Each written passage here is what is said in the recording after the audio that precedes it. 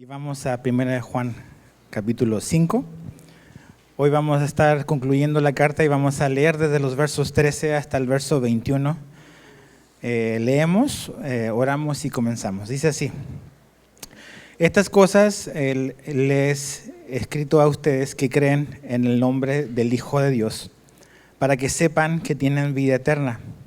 Esta es la confianza que tenemos delante de Dios, que si pedimos cualquier cosa conforme a su voluntad, Él nos oye. Y si sabemos que Él nos oye en cualquier cosa que pidamos, sabemos que tenemos las peticiones que les hemos hecho. Si alguien ve a su hermano cometiendo un pecado que no lleva a la muerte, pedirá, y por él Dios dará vida a los que cometen pecado que no lleva a la muerte.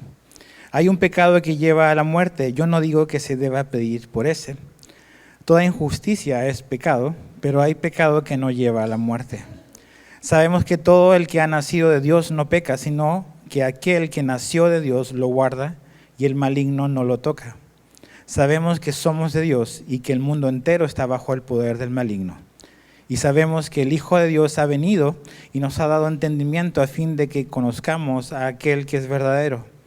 Y nosotros estamos en aquel que es verdadero, en su Hijo Jesucristo. Este es el verdadero Dios y la vida eterna. Hijos, aléjense de los ídolos. Entonces, Padre, te damos gracias por tu palabra. Recién cantamos cuánto nos amas y en Jesús vemos cuánto nos amas, pero también en tu palabra vemos tu amor. Te has querido revelar y no nos has dejado en silencio, sino que nos has mostrado tu voluntad y dónde está la verdad. Entonces, háblanos por medio de ella. Esta tarde te lo pedimos en el nombre de Jesús. Amén. Esta última sección, ya llegamos aquí después de varios meses estando estudiando Primera de Juan. En esta sección, a partir del verso 13, la enseñanza y lo que Juan está hablando a manera de conclusión gira alrededor de una palabra que Juan repite varias veces. Me parece que son 5, y es la palabra sabemos. Juan repite 5 veces sabemos, y sabemos distintas cosas. Y cuando leía esto, pensaba en el hecho en que la fe cristiana es una fe que está arraigada en verdades que son importantes. No es una fe de incertidumbre, sino es una fe de certidumbre, donde Dios nos da en su palabra cosas de las cuales y promesas y verdades de las cuales debemos de agarrarnos. Debemos de conocer esas verdades, porque son las verdades de las cuales debemos de tomarnos para vivir en el mundo en el que vivimos. Entonces, la conclusión de esta carta de Juan gira alrededor de estos 5 sabemos que él dice acá. Pero si te fijas en el verso 13, y si has estado aquí normalmente con nosotros en esta serie, cuando comenzamos esta carta dijimos que Primera de Juan era una carta que Juan había escrito con 4 propósitos distintos, o que estos 4 propósitos más bien como que le daban el sentido a la carta. Y el primer propósito, no sé si te acuerdas, era para que nuestro gozo sea completo. Esta carta está para que si te falta gozo, tu gozo pueda completarse al leer y al entender las verdades que aquí está. Ese es el capítulo 1, verso 4. También esta carta fue escrita para que no pequemos.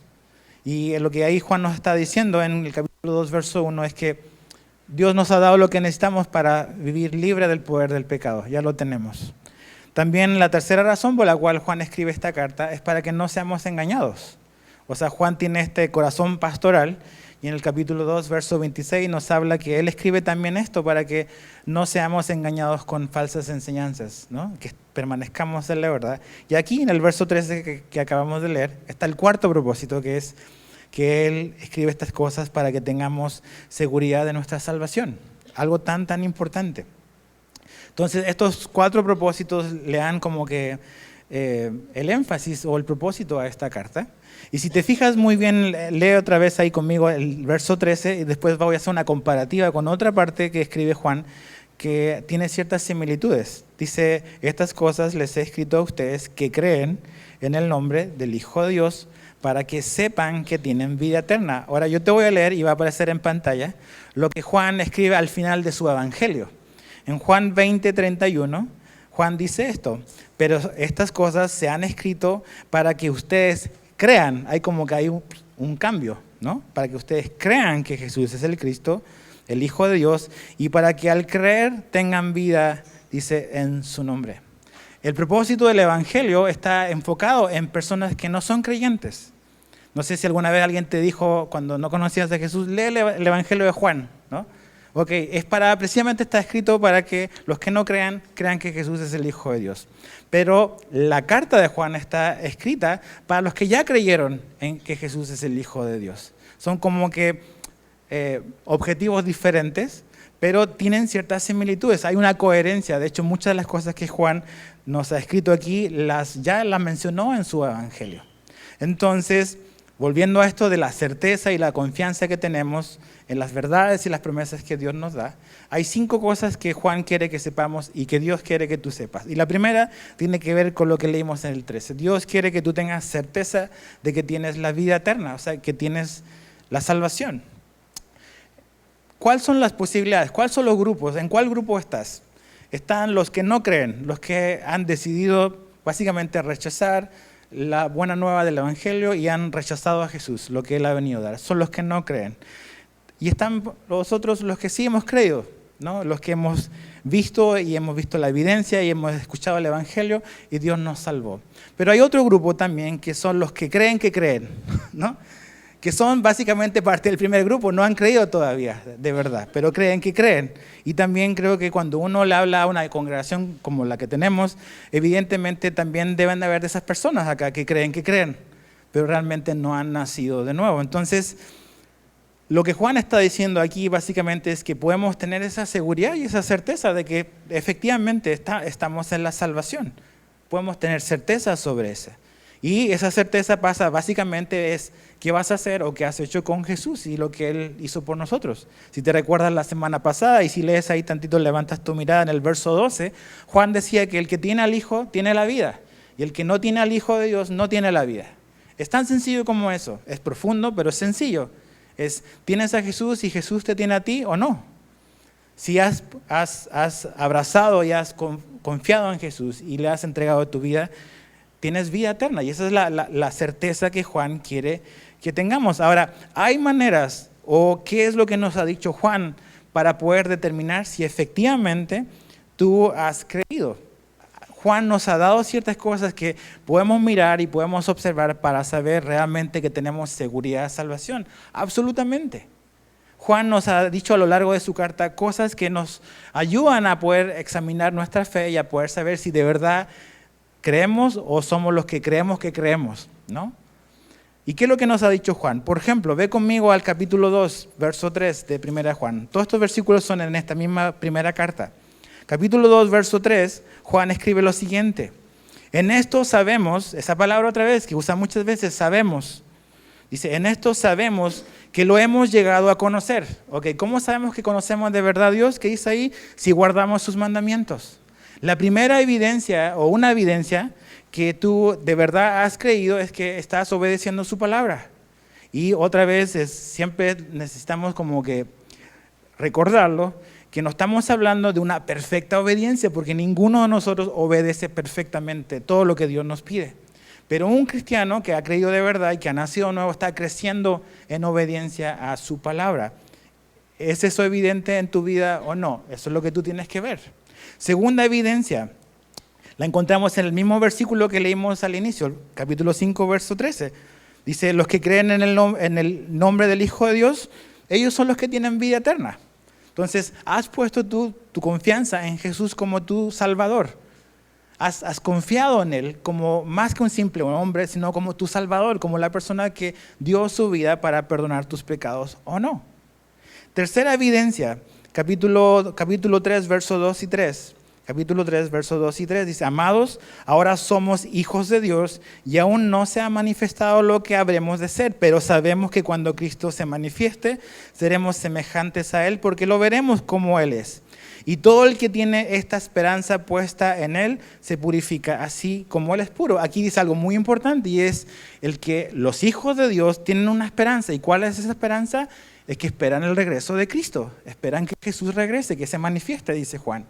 Entonces, una evidencia de que de verdad crees en Jesús es que anhelas y amas su venida, la estás esperando. Esa también es una tercera evidencia. Y la cuarta evidencia, y está regada a lo largo de todo el libro, es que una persona que de verdad ha creído ama a la iglesia de Cristo, ama a su hermano. Capítulo 1, verso 3, es nada más uno de todos los que elegí. Capítulo 3, versos 18 y 19.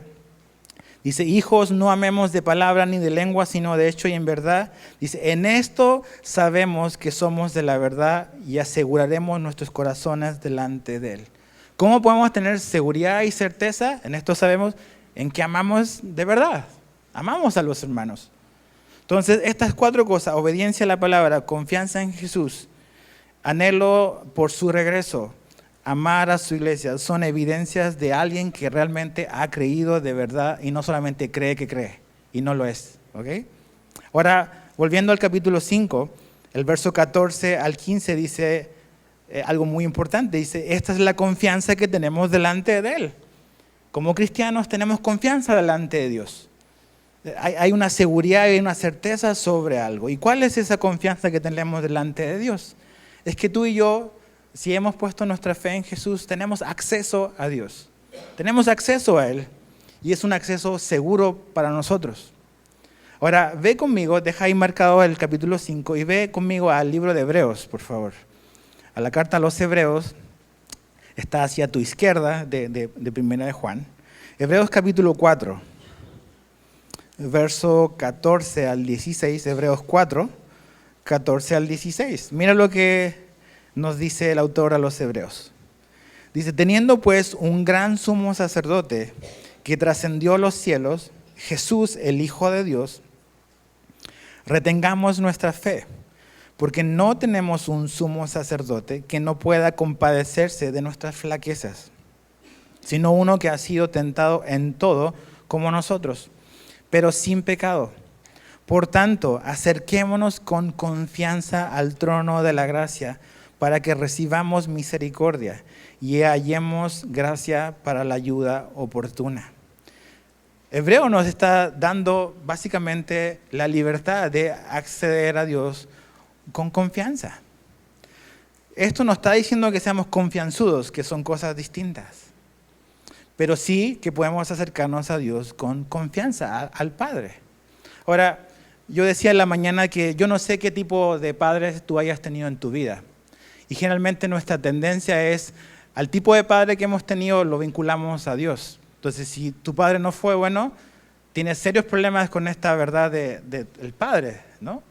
Pero nos equivocamos cuando tratamos de interpretar al padre a través de nuestra experiencia paterna humana. Entonces, a lo mejor tu padre fue violento y cada vez que te querías acercar a él, te daba así un zape nada más de la nada y como que no lo veías venir y como que, ¿por qué está enojado si no hice nada? O cosas así de violencia, o física o verbal. Y realmente tienes temor porque te podía levantar la mano y te golpeaba así de la nada. Porque es un mal ejemplo de un padre. Pero aquí Hebreos nos dice que nosotros podemos acercarnos con plena confianza al Padre. Que no tenemos que tener este terror de acercarnos a Dios, sino que venimos con temor, con reverencia a Dios, pero con confianza. Porque tenemos acceso a Dios. Tenemos acceso a Él. ¿Cuánto recordamos o pensamos eso realmente? Que a lo mejor tú dices, es que si tal persona me escuchara, si tal persona me abriera la puerta y yo le contara mi caso, si tal persona supiese lo que me pasó, a lo mejor mis circunstancias serían distintas, bla, bla, bla, bla. Pero nunca a veces se nos recuerda que tú y yo tenemos acceso a Dios y que podemos acceder a Él con plena confianza, ¿no? Y aquí Juan nos da la segunda certeza que tenemos, es que sabemos que nuestras oraciones van a ser escuchadas. Esa es la segunda certeza que Juan quiere que tengamos, que Dios escucha nuestras oraciones. La oración que tú le elevas, Él la va a oír. Y es realmente muy importante entender que tú y yo realmente como cristianos somos los únicos a los cuales Dios escucha porque vamos a través del mediador correcto, que es Jesucristo. Pablo dice en Timoteo que hay un solo Dios y un solo mediador entre Dios y los hombres, Jesucristo hombre. Entonces, como cristianos, las oraciones que elevamos a Dios son oídas en el cielo. Vamos con confianza que somos escuchados, vamos con confianza que tenemos acceso al Padre, porque somos bienvenidos, somos sus hijos. Ahora, algo muy importante en esto de que tenemos certeza de que nuestras oraciones son escuchadas, está ahí, fíjate, en el verso 14, que si pedimos cualquier cosa conforme a su voluntad, Él nos oye. Entonces, las oraciones que Dios oye tienen ciertas cualidades. Y eso es muy importante entenderlo. A veces nuestra vida de oración es muy pobre, realmente. Realmente nadie, yo creo que todos los hombres y mujeres de Dios batallan con su vida de oración en general. Batallamos con eso. Muchas veces no sabemos qué pedir, muchas veces pedimos las cosas que no corresponden. A veces realmente no tenemos mucha la noción de que efectivamente Dios está prestando atención, no tenemos mucha motivación, a veces, no sé, pueden haber muchos factores. Pero creo que aquí específicamente de lo que Juan nos está diciendo en este texto, es que creo que esta oración de la cual Juan habla que Dios oye y responde, tienen ciertas cualidades que son como requisitos. Y la primera es, esto que estoy orando, esto que le estoy pidiendo a Dios, ¿es consistente con la naturaleza y el carácter de Jesús? Tengo que preguntarme eso. ¿Esto que estoy pidiendo es consistente con la naturaleza y el carácter de Jesús o no? ¿Por qué digo esto? Porque Jesús nos dijo en Juan 16:23 que si piden algo al Padre en mi nombre, Él se lo dará. La razón y la razón por qué el Padre nos escucha es porque vamos por medio de Jesús. Y la razón por la cual el Padre responde a nuestras oraciones es porque pedimos en el nombre de Jesús. ¿Qué quiere decir eso? Que finalmente, a veces pensamos que yo puedo pedir lo que quiera y arrojar ahí como que mágicamente, como sacar un conejo del sombrero y nombrar el nombre de Jesús y pum, mágicamente Dios me va a decir a todos sí. Y no es así, la oración no es eso. Lo que yo estoy pidiendo, lo que le estoy pidiendo a Dios está alineado con la naturaleza y el carácter de Jesús, porque yo lo estoy pidiendo en su nombre. Y eso es muy importante. Lo que yo estoy orando, sea lo que sea por lo cual tú estás orando, lo que le estás pidiendo a Dios, ¿es eso consistente con quién es Jesús, con su naturaleza o no? Porque si no lo es, ¿por qué Jesús tendría que interceder por ti pidiendo eso? ¿Por qué el Padre tuviese que responder a una oración que tiene serios conflictos con la naturaleza y el carácter de Cristo? No sé si me explico. A veces, yo me doy cuenta en mis oraciones, estoy pidiendo algo que derechamente Jesús me dice que es malo, que no debo de buscar esas cosas, y yo estoy así nada más porque digo, en el nombre de Jesús, amén, ya como que mágicamente ya todo se va a dar. No es así. Debo de pensar en este factor de, ¿es esto consistente con quién es Jesús? Porque pido en su nombre. No nada más como una muletilla en el nombre de Jesús, amén. Es la razón por la cual el Padre me oye y la razón por la cual el Padre me va a responder. Lo segundo que debo de considerar en esta oración es que si está alineada o no con su voluntad. Aquí Juan dice que si pedimos cualquier cosa conforme a su voluntad, Él nos oye. Imagínate la oración fuese esta herramienta para hacer que mi voluntad prevalezca sobre la de Dios. Eso significaría que la oración sería muy peligrosa para mí y para ti también. Porque si Dios nada más está en que, lo que diga Edgar lo voy a hacer, imagínate lo peligroso que eso sería para mí. Porque yo no soy Dios, yo no sé todo lo que necesito. Yo un día creo necesitar algo, pero al día siguiente cambio de opinión muy fácilmente. Imagínate, el miércoles hemos estado estudiando la vida del profeta Elías. La semana pasada vimos que su oración fue, Señor, quiero morirme. Básicamente me voy a suicidar y tú, por favor, aquí échame la mano. Imagínate si nada más la oración es, Dios va a decir a todo que sí. ¿Qué pasa si Dios hubiese contestado la oración de Elías? Pero Dios no contestó la oración de Elías porque Elías no estaba pidiendo conforme a la voluntad de Dios. Entonces, lo que tú y yo estamos orando, ¿realmente está alineado o no con su voluntad? Yo sé, la Biblia me da la libertad y tengo la confianza de presentar mis peticiones y tú las tuyas delante de Dios. Filipenses 4:6. En lugar de preocuparnos y afanarnos, ¿qué tenemos que hacer? Presentar nuestras peticiones delante de Dios. Pero tenemos que entender que en general la Biblia nos habla de que nuestra oración debe estar alineada con la voluntad de Dios. Mira, ve conmigo aquí en 1 de Juan, pero al capítulo 3, retrocede al capítulo 3, verso 22. Dice, y todo lo que pedimos lo recibimos de Él. Y nos encantaría que el versículo parara ahí, que solo dijese eso. Pero resulta que el Espíritu Santo le agrega algo más. Dice, ¿por qué pedimos por qué recibimos lo que pedimos? Ahí está la razón.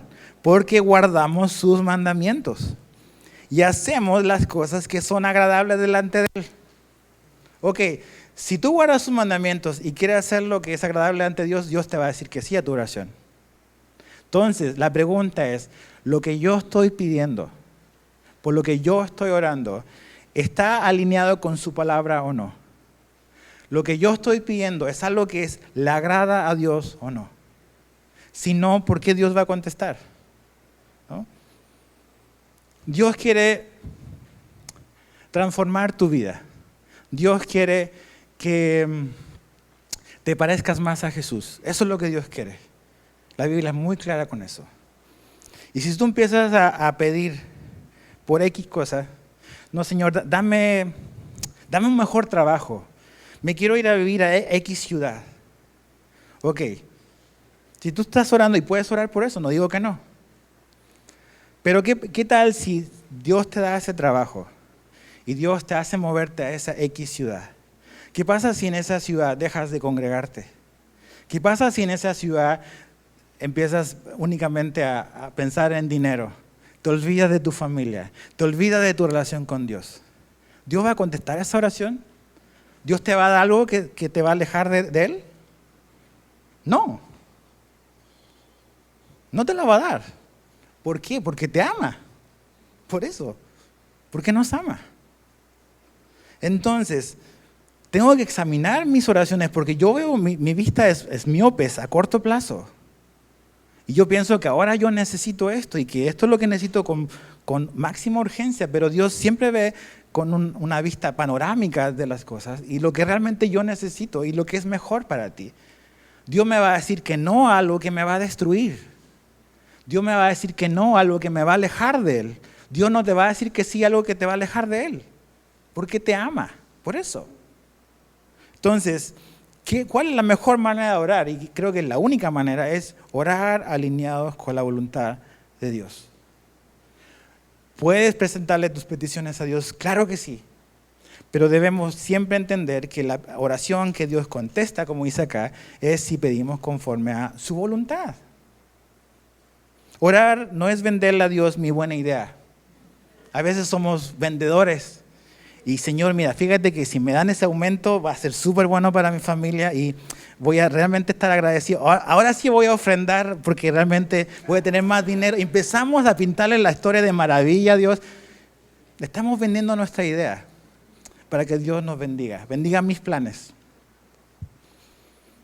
Pero no es venderle mi idea a Dios, orar. No es eso. Mi oración no es para que mi voluntad prevalezca por sobre la de Él. La oración es para buscar su voluntad, para que Él me dirija a orar en lo que realmente importa, lo que realmente Dios está interesado en hacer, en algo eterno, no en algo temporal únicamente. No sé si la semana pasada o antepasada, hablábamos de esto no sé si estuviste acá, de la confesión positiva, ¿no? De esto de decir que hay gente cristiana que piensa que en su palabra hay poder. Entonces, cualquier cosa que tú confieses, tienes la capacidad para crear una realidad. Eso es una herejía. Solo Dios puede hacer eso. Pero, aquí lo asunto es, también esta idea va de la mano en que esta gente que enseña o que cree esto, piensa que cuando tú oras y le pides a Dios que se haga su voluntad, es falta de fe de tu parte. No sé si has oído a gente o predicadores que enseñan eso o tienes amigos que van a iglesias con esa doctrina y tú le dices, no, yo estoy orando para que la voluntad de Dios se haga y dices, ¡ay, qué falta de fe de tu parte! ¿No? Así como que Juan nos dice que debemos de orar conforme a su voluntad, que esas son las oraciones que Dios contesta. Mateo 26:39 dice, Padre mío, si es posible que pase de mí esta copa. Ahí está la petición de Jesús. O sea, ¿hay alguna otra manera para salvar al hombre sin que yo no tenga que ir a la cruz? Si hay una otra manera, veamos esa otra manera, pero si no, no. Entonces dice, pero no sea como yo, Jesús, como yo quiero, sino como tú quieras. Jesús oró así. ¿Por qué nosotros debiésemos orar diferente? O sea, Juan nos está diciendo que debemos de orar y Dios nos dará todo conforme a su voluntad. Esa es la oración que él oye. Entonces es muy importante entender esto. Ahora, ¿por qué cosas debemos orar? ¿Por qué cosas sí vale la pena orar? Versos 16 al 17. Si alguien ve a su hermano cometiendo un pecado que no lleva a la muerte, pedirá, y por él Dios dará vida a los que cometen pecado que no lleva a la muerte. ¿Qué vale la pena pedir? ¿Cuáles son las oraciones en las cuales Dios sí está interesado que oremos? Este es un buen ejemplo de eso. Juan nos ha enfatizado a lo largo de esta carta que el amarnos unos a otros es básico, es esencial en la vida cristiana. O sea, esa es una evidencia de que amamos a Dios, nos amamos unos a otros. Y en su carta nos enseñó en una parte que una manera práctica de mostrar el amor a los hermanos es, si tú tienes recursos y hay un hermano que no los tiene, comparte con él, ayúdale en su necesidad. Pero creo que aquí hay otro ejemplo de cómo de una manera práctica demostrar amor por tu hermano, y es orar por él, sobre todo cuando ha caído y está en pecado. Eso es lo que Juan está hablando. Estas cosas valen la pena orar, para que Dios pueda restaurar, para que Dios pueda rescatar, para que Dios pueda traer de vuelta, para que este hermano pueda salir del pecado en el cual está o practicando o está atrapado o lo que sea. Orar por eso. Job, no vayas ahí, pero en Job 42:8, Job oró por sus 3 amigos insensatos y Dios escuchó su oración. De hecho, Dios le dice a estos hombres, vayan con Job y que él ore por ustedes porque yo a él sí lo voy a escuchar. Y Dios tuvo misericordia de los 3 amigos de Job porque Job oró por ellos. En Éxodo capítulo 32, 10 al 14, Moisés oró por el pueblo de Israel y Dios escuchó la oración de Moisés. ¿Qué estaba haciendo el pueblo? Terco, necio, rebelde en contra de Dios. Y Dios dijo, ¿sabes qué? Esto se acabó. Lee ese texto después, no ahorita. Básicamente Dios le dice a Moisés, ¿sabes qué, Moisés? Vamos a empezar de cero tú y yo. Vamos a olvidarnos de estas 2 millones de personas. Y yo voy a hacer de ti ahora una nueva nación. Y Moisés dice, no, Dios, no hagas eso. Acuérdate lo que le prometiste a Abraham. Y Moisés empieza a interceder por este pueblo que no lo ha tratado a él bien tampoco. Yo hubiese a lo mejor tomado el otro camino. Pero yo no soy Moisés. Y Moisés dice, no, Señor, no ocurra tal cosa. Y Dios oyó la oración de Moisés. Más bien creo que Moisés oró de acuerdo al corazón de Dios. Entonces, ¿qué pasa cuando tú ves a un hermano que ha pecado? Yo te voy a decir lo que pasa. Empiezas a juzgarlo. Luego. Empiezas a juzgarlo, empiezas a criticarlo, empiezas a hablar mal de él con otras personas, pero nunca oramos por esa persona.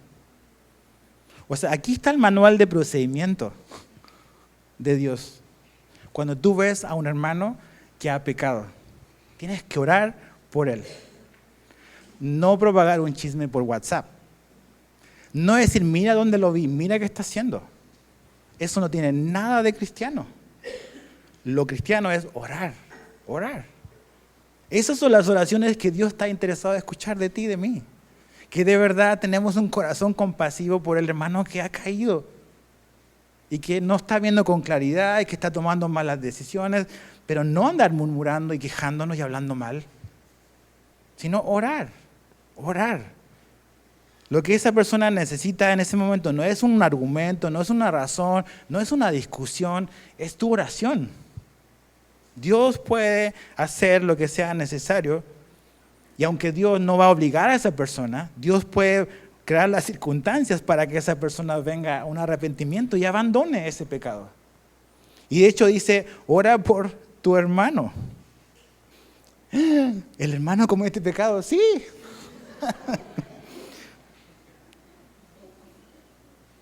Es lo que somos, familia. Somos pecadores salvados por la gracia de Dios. Eso es lo que somos. Entonces, si yo no vengo a la iglesia con esa expectativa de que me voy a encontrar con gente que es como yo también, te vas a llevar una gran decepción. Porque ninguno de aquí somos perfectos. Solo Jesús lo es. Y Jesús sí está en el proceso de cambiarnos y sí quiere transformarnos. Pero cuando la siguiente vez que veas a tu hermano o tu hermana hacer algo que evidentemente no agrada a Dios, en lugar de primeramente emitir un juicio en contra de esa persona, ora primero. Y vas a ver que cuando tú oras por una persona así, lo que Dios va a hacer te va a dar un corazón compasivo, amoroso para esa persona, no llena de juicio y condenación. Ahora, yo sé que dices, bueno, ¿cuándo va a hablar el pastor de ese pecado que lleva a la muerte? Esa es la pregunta de los teólogos a lo largo de la historia. Esa no es la pregunta más importante, perdón. No es lo más importante. ¿Qué puede ser? Hay diferentes maneras de interpretar o de ver. Yo te voy a dar cuál es mi convicción. Mi convicción es que aquí evidentemente Juan está hablando de que hay un pecado que te lleva a la muerte eterna, no muerte física.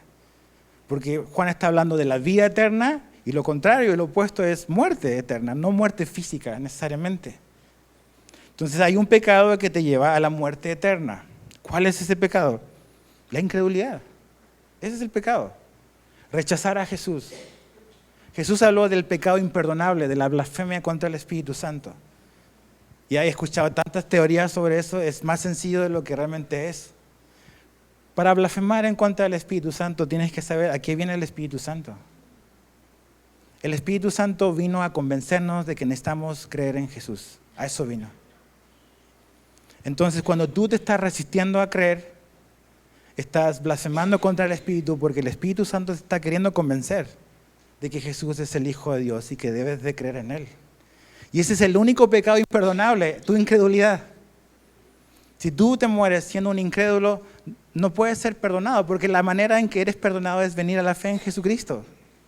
Ese es el pecado que lleva a la muerte eterna, vivir en incredulidad, rechazar a Jesús.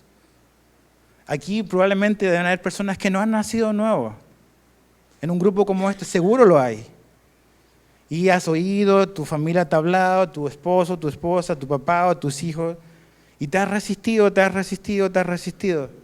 Eso es peligroso para ti, es muy peligroso. Dios te está llamando al arrepentimiento, te está llamando a que vengas a Él y que creas en Él. Pero Dios no te va a obligar.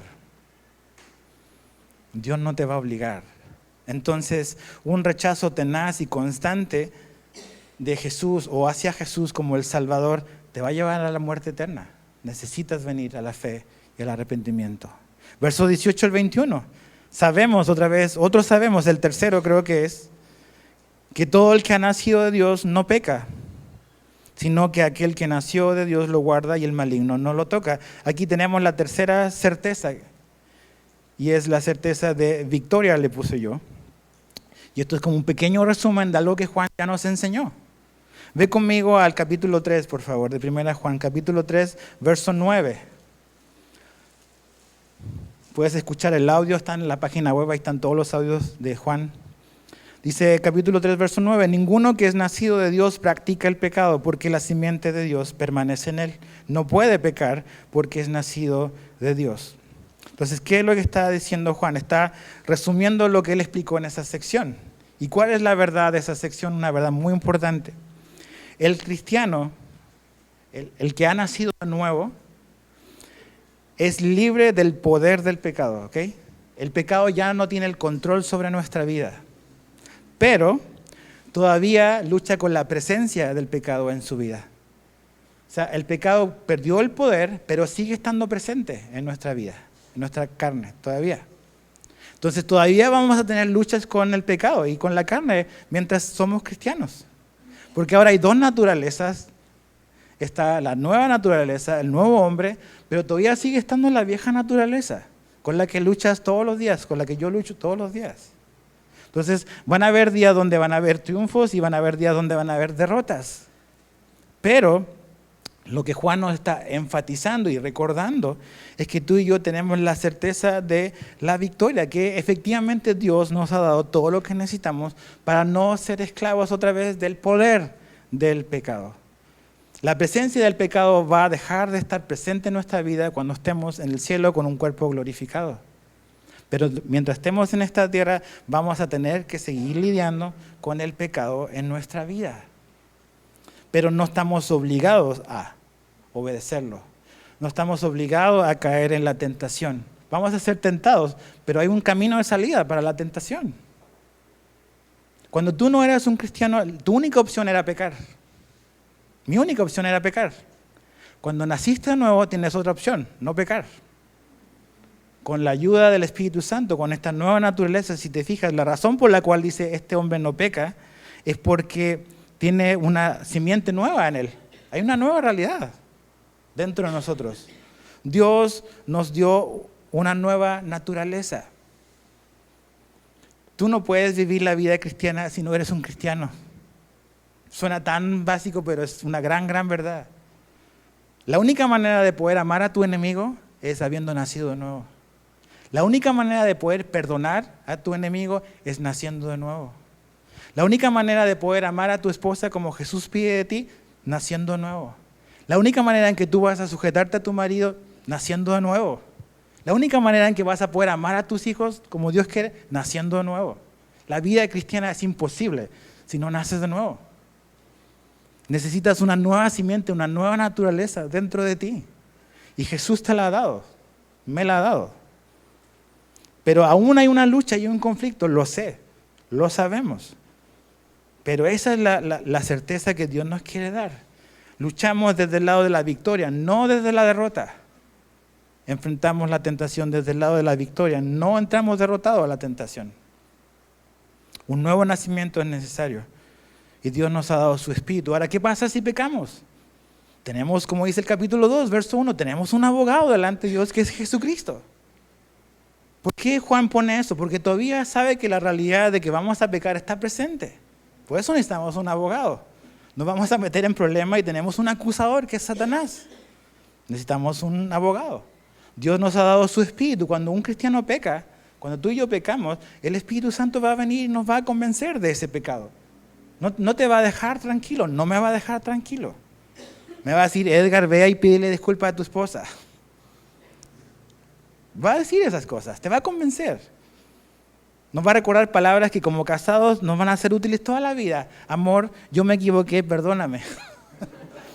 Si repites eso todos los días, vas a estar casado toda la vida. De verdad. Pero decir eso, ¿qué necesitas para decir eso? Nacer de nuevo. Nacer de nuevo. Su Espíritu Santo nos va a incomodar. No te va a dejar tranquilo en tu pecado. Ahora le perteneces a Él. Certeza de victoria. Otra certeza que nos da la número 4. Dice al final del verso 18, sino que aquel que nació de Dios lo guarda y el maligno no lo toca. Sabemos, dice el verso 19, que somos de Dios. La cuarta certeza es certeza de pertenencia. Y es que tú y yo le pertenecemos a Dios. Y que como le pertenecemos a Dios, dice el verso 18, aquel que nació de Dios, o sea, Jesús, hablando del Hijo, nos guarda del maligno. La realidad es que tú eres un hijo de Dios si creíste en Jesús, has nacido de nuevo, Dios te va a guardar, Jesús te va a guardar. Tienes la mejor defensa posible, ¿no? Nuestra vida está escondida en Cristo y Cristo está escondido en el Padre. Doble bóveda, súper seguro. Y esto es muy importante. Esto, si de verdad lo recordamos, lo memorizamos, vamos a vivir todos los días súper seguros y súper confiados. Porque eso significa que todo lo que viene a tu vida, todo lo que sucede en tu vida, no se escapa del control de Dios.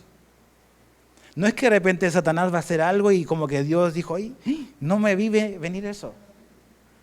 Como que va a sorprender a Dios en lo absoluto. Jesús te defiende, Jesús guarda tu vida y el maligno no te toca. Ese es un beneficio de pertenecerle a Dios.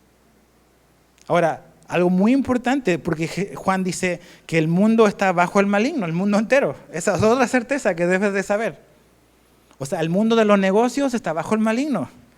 El mundo del entretenimiento está bajo el maligno. El sistema educativo, la filosofía del mundo, bajo el maligno. Ese es el mundo en el que vivimos, es el ecosistema en el que nos movemos. Pero aún a pesar de eso, el maligno no te puede tocar, no tiene el control sobre tu vida, no tiene el poder sobre tu vida. Tenemos protección, tenemos inmunidad celestial. No puede hacer nada en contra de nosotros, aún a pesar del mundo caído en el que vivimos. Mira lo que Jesús hizo por nosotros. Ve conmigo al Evangelio de Juan, capítulo 17. Juan 17. Es la oración de Jesús. Jesús ora por tantas cosas aquí, pero una de las cosas por las cuales Él oró por sus discípulos y por los que vendrían después, o sea, nosotros, lo encontramos ahí en el verso 12. Juan 17, 12 al 16. Dice, cuando yo estaba con ellos, los guardaba en tu nombre, el nombre que me diste, y los guardé y ninguno se perdió, excepto el hijo de perdición, para que la escritura se cumpliera. Pero ahora voy a ti y hablo esto en el mundo para que tengan mi gozo completo en sí mismos. Yo les he dado tu palabra y el mundo los ha odiado, porque no son del mundo, como tampoco yo soy del mundo. Fíjate, no te ruego que los saques del mundo, sino que los guardes ¿de qué? Del maligno. Que los guardes del maligno. Ellos no son del mundo, como tampoco yo soy del mundo. Jesús oró esto por sus discípulos y oró esto para nosotros. Y la razón por la cual tú eres guardado del maligno es porque el Padre escucha las oraciones y escuchó las oraciones de su Hijo. Esa es la razón por la cual tú y yo estamos seguros. Porque el Hijo siempre pide de acuerdo a la voluntad del Padre. El Padre siempre responde la intercesión de su Hijo Jesús. Y Jesús oró para que Él te guarde del maligno en este mundo. ¿Cómo cambia eso tu día a día? ¿Cómo cambia eso los problemas que efectivamente tienes ahorita? En tu trabajo, en tu familia, donde sea. ¿Cómo cambiaría? ¿Cómo debiese cambiar el hecho de que Jesús oró para que seas guardado? Y tu vida está en sus manos. No está en las manos de tus enemigos, está en las manos de Dios. Y lo que sea que llegue ahí es porque Dios lo permitió. Y Dios lo va a usar como una herramienta, un instrumento para cambiarnos. ¿Te acuerdas lo que Jesús le dijo a Pedro? Pedro, Satanás ha pedido zarandearlos y te va a dar una zarandeada esta noche. Pero yo he rogado por ti. La razón por la cual Pedro fue restaurado es porque Jesús intercedió por Pedro. Y Jesús ha intercedido e intercede por nosotros ante el Padre. Y el anhelo y el deseo de Jesús y el anhelo y el deseo del Padre es guardar nuestra vida. Estamos seguros, plenamente seguros en Él, en este mundo que está bajo el maligno. Y esa es otra certeza, ¿no? O sea, este mundo no es un buen lugar, el sistema de valores. El día en que tú naciste de nuevo, yo nací de nuevo, tú, entramos a una lucha espiritual, estamos en una guerra espiritual. Y no es que andamos viendo demonios en todas partes, si nos conocen no somos así. Pero eso no quiere decir de que no haya lucha, hay luchas espirituales. Y tenemos un adversario que aunque está derrotado, quiere estorbar. Y sí, no estamos bajo el poder del maligno, pero eso no quiere decir que Él no se va a resistir o que Él no se nos va a oponer. Él nos odia porque odia todo lo que tiene que ver con Dios y con Jesús. Pero nuestra esperanza es que a pesar de toda la resistencia, toda la dificultad, nuestra vida está segura en las manos de Jesús, porque le perteneces a Él. ¿Le perteneces a Dios? Porque acuérdate, Juan dijo, están los que creen y los que no creen. No hay como que medios, exactamente. ¿Eres o no eres? ¿Estás protegido o no estás protegido? Esa certeza de pertenencia es muy importante. La última es certeza de la verdad, de que estamos en la verdad. Dice el verso 19, sabemos que somos de Dios y que el mundo entero está bajo el poder del maligno. Y sabemos que el Hijo de Dios ha venido y nos ha dado entendimiento, a fin de que conozcamos a aquel que es verdadero. Y nosotros estamos en aquel que es verdadero, en su Hijo Jesucristo. Este es el verdadero Dios y la vida eterna. Lo verdadero, verdadero, verdadero. Juan está diciendo, ese es el punto. Tenemos la certeza de que estamos en la verdad. Tenemos la certeza de que el Jesús en el que hemos creído, el que Juan nos ha anunciado, es el Jesús de verdad. Tenemos la certeza de que la manera en que podemos ser salvos es en Jesús, como aquí está revelado. Esa es la verdad. Que nadie te mueva de esa verdad. Esa es la verdad. Sabemos, dice. Sabemos. Podemos tener certeza. La fe cristiana no es algo ambiguo, algo que quién sabe, quizás, probablemente. No, sabemos. Tenemos confianza. Esto es algo cierto. Juan dice, yo lo vi con mis ojos, comí con Él, me senté con Él. Ese es Jesús. Entonces, sobre todo si tú eres joven hoy, esta batalla por la verdad, estas cosas verdades que están siendo redefinidas, muchas verdades, con B chica. Jesús dijo, yo soy la verdad. Si quieres de verdad conocer a la verdad, tienes que toparte con Jesús. Si de verdad lo andas buscando la verdad, invariablemente vas a toparte con Jesús. Vas a tener que tomar una decisión ahí. Pero podemos conocer la verdad, la encontramos en Jesús. Mantengámonos ahí. Sabemos que estamos en la verdad. Ahora, como conclusión, quiero que vayas conmigo al primer capítulo de Juan.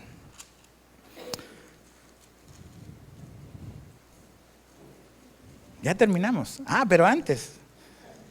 No. No sé. Dice el verso 21, ¿qué manera más poco ortodoxa de terminar? Hijos, aléjense de los ídolos. Vaya, amén. ¿No? A los de las 10 de la mañana les decía que a veces uno ha escuchado y ha leído y ha visto entrenamientos para predicación y que tienes que tener una buena introducción y una buena conclusión y todo el rollo. Juan no le interesa eso. Echa por el suelo a todos los profesores de homilética. De hecho, Dios es el que está haciendo esto. Dice, hijos, aléjense de los ídolos, amén, bye. No es como un final como Pablo. Es diferente, Juan es así, es muy cuadrado, ¿no? Pero Dios usa su carácter para escribir, ¿verdad? ¿Por qué dice aléjense de los ídolos? Porque está conectado con el verso anterior. Los ídolos no son verdaderos. Esa es la conexión. Ningún ídolo es verdadero. Ningún ídolo te puede salvar. Ningún ídolo puede hacer lo que Dios solamente puede hacer por ti. Por eso tienes que alejarte de ellos. Y un ídolo básicamente es cualquier cosa creada con la que reemplazamos al Creador. Un ídolo, pues, a veces yo sé que diciembre es un mes interesante para México. El día 12 vamos a ver personas. No sé qué día es hoy. 12, ok. ¿11? Bueno, mañana. Y seguro algunos, mira lo que están haciendo. Ok, antes de decir eso, tenemos que examinar nuestro propio corazón. Porque a lo mejor no tenemos una imagen, no tenemos una estatua, pero en el corazón tenemos muchos ídolos. Porque un ídolo no es solamente una imagen que tenemos. Puede ser una persona. Si estás casado, un ídolo puede ser tu cónyuge. Si tienes hijos, tu ídolo puede ser tu hijo, tu hija. Puede ser cualquier cosa que pones en el primer lugar en lugar de Dios. Tu ídolo puede ser tu carrera. Tu ídolo puede ser tu físico, tu apariencia. Cualquier cosa que lo pones como en primer lugar, eso es idolatría. Y lo único que Dios pide es arrepentimiento. Deja eso, destruye ese ídolo, porque ese ídolo no te va a servir. El primer ídolo que tenemos se llama yo, somos nosotros. Por eso Jesús dijo, ¿quieres seguirme? Muere a ti mismo. El primer ídolo tiene que morir, que soy yo. Entonces, Juan dice, ¿saben qué? Aléjense, porque un ídolo no puede satisfacerte, no puede salvarte, no puede darte gozo, no puede darte paz. Todos los ídolos te van a dejar mal, te van a dejar botados. Solo Dios puede salvar. Ahora sí, capítulo 1. Mira lo que dice Juan en el verso 3. Lo que hemos visto y oído y les proclamamos también a ustedes, para que también ustedes tengan comunión con nosotros.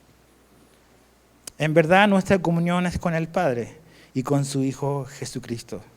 Juan comienza su carta hablando de que, yo quiero que ustedes tengan comunión con nosotros como nosotros la tenemos con el Padre. Nuestra comunión es con el Padre y con el Hijo, comunión con Dios. Y Juan se pasó toda su carta, básicamente, mostrándonos qué cosas o cómo se ve la comunión con Dios. Y quiero ahora sí que pongan en la pantalla un resumen. Son 1, 2, 3, 4, 5, 6, 7 cosas. ¿Cómo podemos tener comunión con Dios? ¿O cómo mantenemos comunión con Dios? Andando en su luz. Capítulo 1. Andando en la luz. Tenemos y mantenemos comunión con Dios. 2, capítulo 1 y 2, confesando mis pecados. Así mantengo comunión con Dios, confesando mis pecados.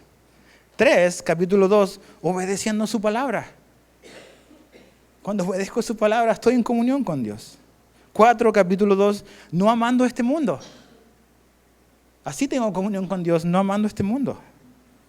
5, capítulo 2, desechando las enseñanzas falsas. También esa es la manera en que tengo comunión con Dios. Rechazando, repeliendo el error. Ya perdí el número, 5 o 6. Capítulo 3, esperando su regreso.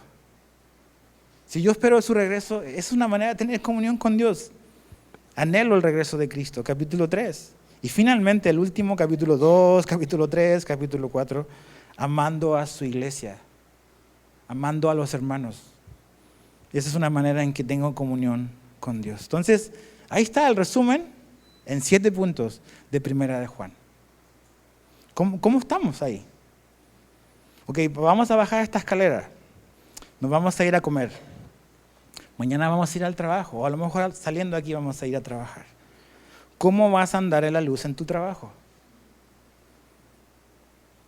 ¿Qué cosas vas a necesitar confesar terminando este día? Yo. ¿Cómo o en qué áreas debo de crecer en obediencia a su palabra? A lo mejor por eso me estoy metiendo en problemas. No estoy obedeciendo el consejo de Dios. ¿Qué aspectos debo de rectificar en mi corazón para no amar a este mundo? ¿Qué enseñanzas he mal aprendido? Y debo de borrar y reaprender la palabra de Dios. Estoy esperando que Jesús pueda venir pronto. Creo que Jesús pudiese regresar hoy. Y finalmente, ¿cómo estás demostrando tu amor por su iglesia? Por los hermanos. Entonces, voy a dejar eso ahí. Vamos a dejar eso ahí. Y vamos a orar. Y pedirle a Dios. O sea, esto es la manera, cuando oramos no es como que ya me voy a la casa a comer. Tenemos que pensar y decidir cómo vamos a responder a lo que Dios nos ha hablado. Sobre todo si tú has estado estos meses aquí estudiando Primera de Juan.